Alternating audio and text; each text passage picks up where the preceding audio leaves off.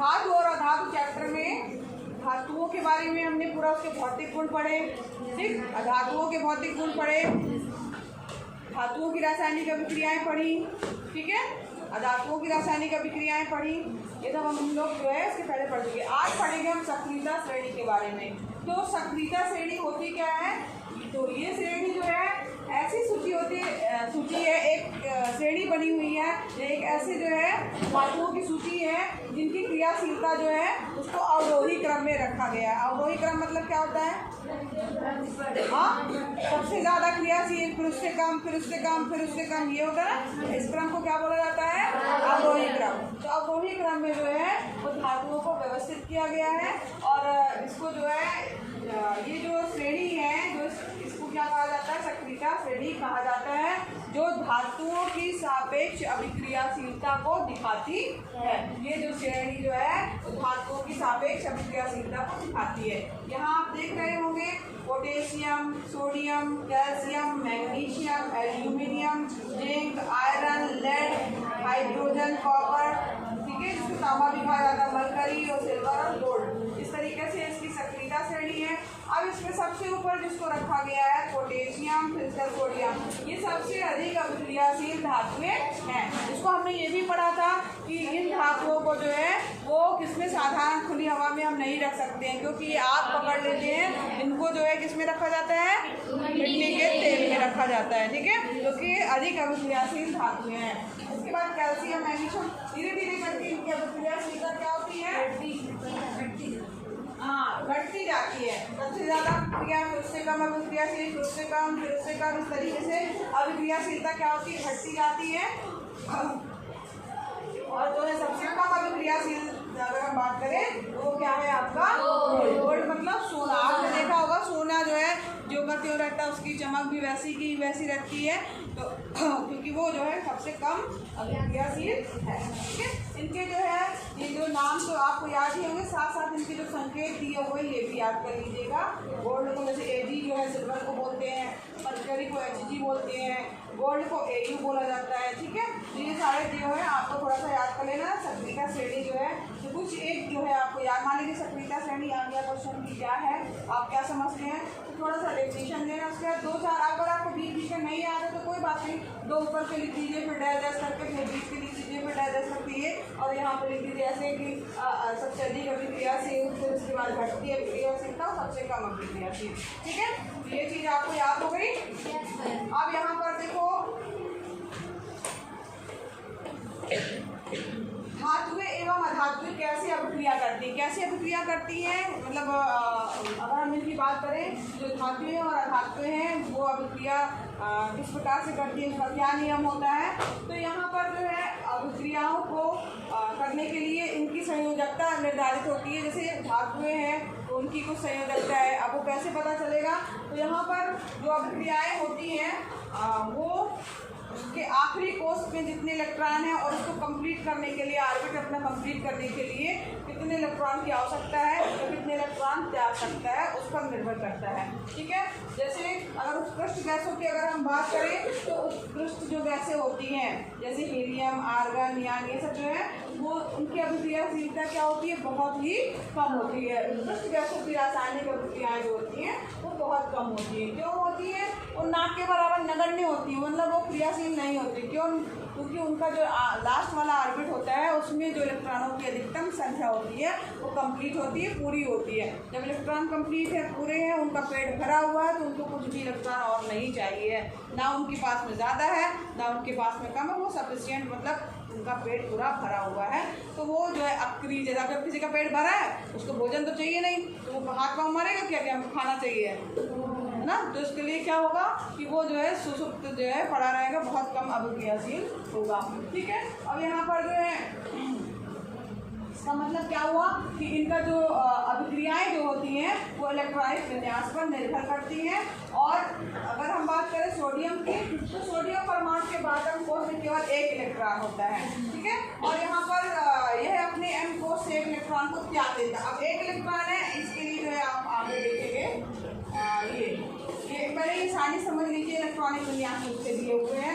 इसमें आपके पास उत्कृष्ट गैसें हैं, धातुएं हैं, अधातुएं हैं, दिख रही है ना। तो यहाँ पर जब इनके इलेक्ट्रॉनों की संख्या हो गई, परमाणु संख्या हो गई, ठीक है, तो कितने कितने इलेक्ट्रॉन किस कोष में है ये हम लोग पहले पढ़ चुके हैं। ये कोष M फिर N, उसमें इलेक्ट्रॉनों की संख्या जो होती है।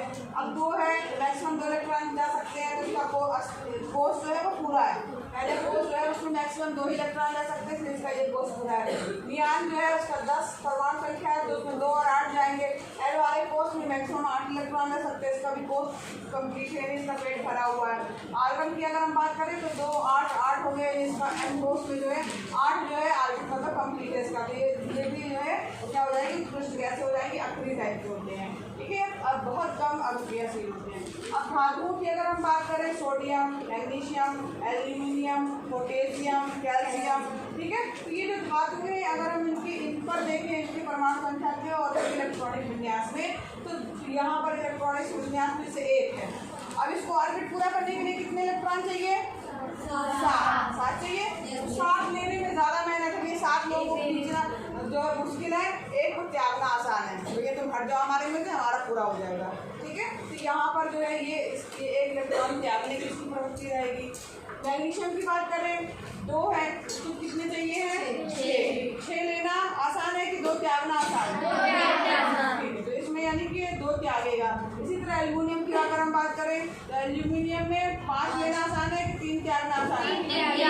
हाँ, तो ये जो है एल्यूमिनियम 3 को जो है त्यागेगा, ठीक। और यहाँ पे इसी तरह पोटेशियम की अगर हम बात करें तो 1 इलेक्ट्रॉन, कैल्शियम की बात करें लास्ट में 2 इलेक्ट्रॉन, ये सब त्यागने वाले हैं, ठीक।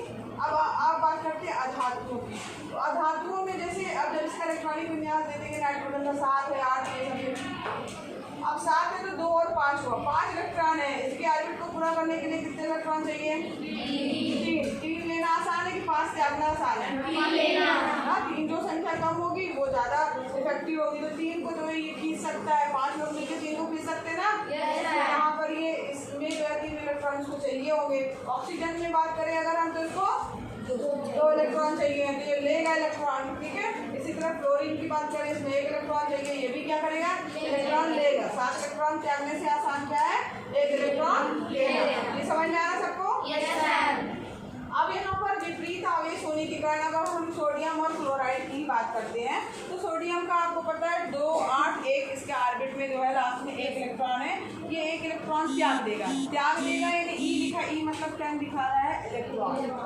अगर ये 1 इलेक्ट्रॉन को त्याग रहा है तो यहाँ पर ये सोडियम प्लस आयन बन जाएगा, जिसको धनायन कहा जाएगा, और 1 इलेक्ट्रॉन निकल गया। ई यानी माइनस वाले इलेक्ट्रॉन को माइनस से दिखाया जाता है, तो माइनस इलेक्ट्रॉन निकल गया। यहाँ पर सोडियम 2 और 8 हो गया, सोडियम धनायन बन जाएगा। अब क्लोराइड की अगर हम क्लोरीन की बात करें तो 2 8 और 7 है। अब इसमें इसको क्या चाहिए? 1 इलेक्ट्रॉन चाहिए, ठीक है। तो ये प्लस में कर दिया, यहाँ पर 1 इलेक्ट्रॉन ये ले लेगा, और जब ये ले लेगा तो ये क्या बन जाएगा? क्लोराइड रेनाइन। अब इलेक्ट्रॉन लिया, माइनस जो है इसके पास आया, तो ये माइनस के रूप में हो जाएगा, जिसको क्लोराइड रेनाइन कहा जाता है। और इसमें भी इसका जो है असर क्या हो जाएगा? पूरा हो जाएगा, 2 8 8 हो जाएगा, ठीक है। अब ये आपस में कैसे अभिक्रिया करेंगे? सोडियम के पास 1 इलेक्ट्रॉन है देने के लिए, और क्लोराइड के पास जो है वो लेने के लिए जगह खाली है, ठीक। यहाँ पर हम 1 इलेक्ट्रॉन जो देने के लिए उसको हमने अलग से दिखा दिया है, इसको क्रॉस बना दिया है, 7 इलेक्ट्रॉन है, एक की जगह यहाँ पर दिखा दिया है कि खाली है।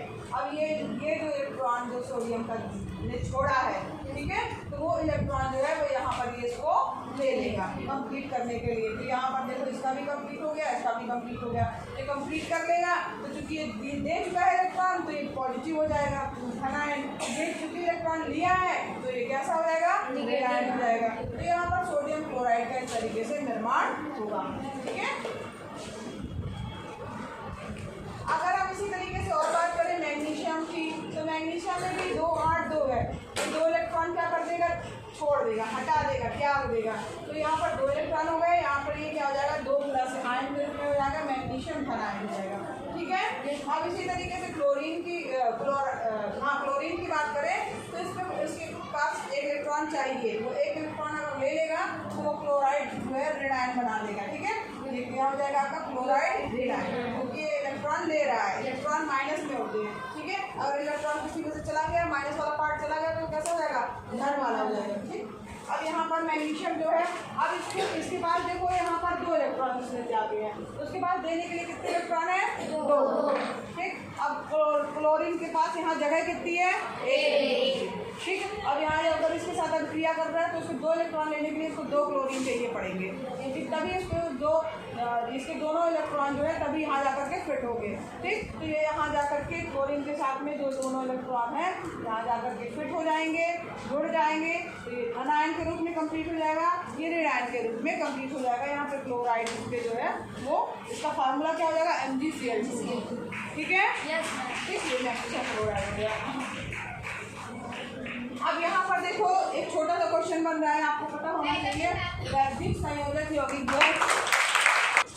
अब यहाँ पर क्वेश्चन जो बन रहा है वो है आपका कि वैद्युत संयोजक यौगिक या आयनिक यौगिक किसे कहा जाता है। तो धातु से अधातु में इलेक्ट्रॉन के स्थानांतरण से बने यौगिकों को आयनिक यौगिक या वैद्युत संयोजक यौगिक कहा जाता है। ठीक है, समझ में आ रहा है? वैद्युत संयोजक यौगिक क्या है? धातुओं से अधातु में इलेक्ट्रॉन का स्थानांतरण, जो अभी हमने पढ़ा वो क्या हो रहा है? इलेक्ट्रॉनों का स्थानांतरण ही तो हो रहा है। ठीक है, उससे जो यौगिक बन रहा है, चाहे वो NaCl है, चाहे वो MgCl2 है, तो उनको क्या कहा जाएगा? आयनिक यौगिक या वैद्युत संयोजक यौगिक कहा जाएगा। ठीक है, समझ में आया? इसके गुणधर्म है आयनिक यौगिकों के गुणधर्म, ये हम लोग कल पढ़ेंगे। ठीक, आज सबको समझ में आया?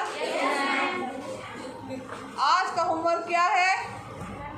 आपको ये जा करके जो पढ़ाया गया है उसको जो है सक्रियता श्रेणी क्या है क्वेश्चन इसमें बन रहा है, छोटा क्वेश्चन है बट इम्पोर्टेंट है। ठीक है, हाँ, उसको आपको होमवर्क के रूप में पेपर कॉपी में अच्छे से कंप्लीट कर लेना है।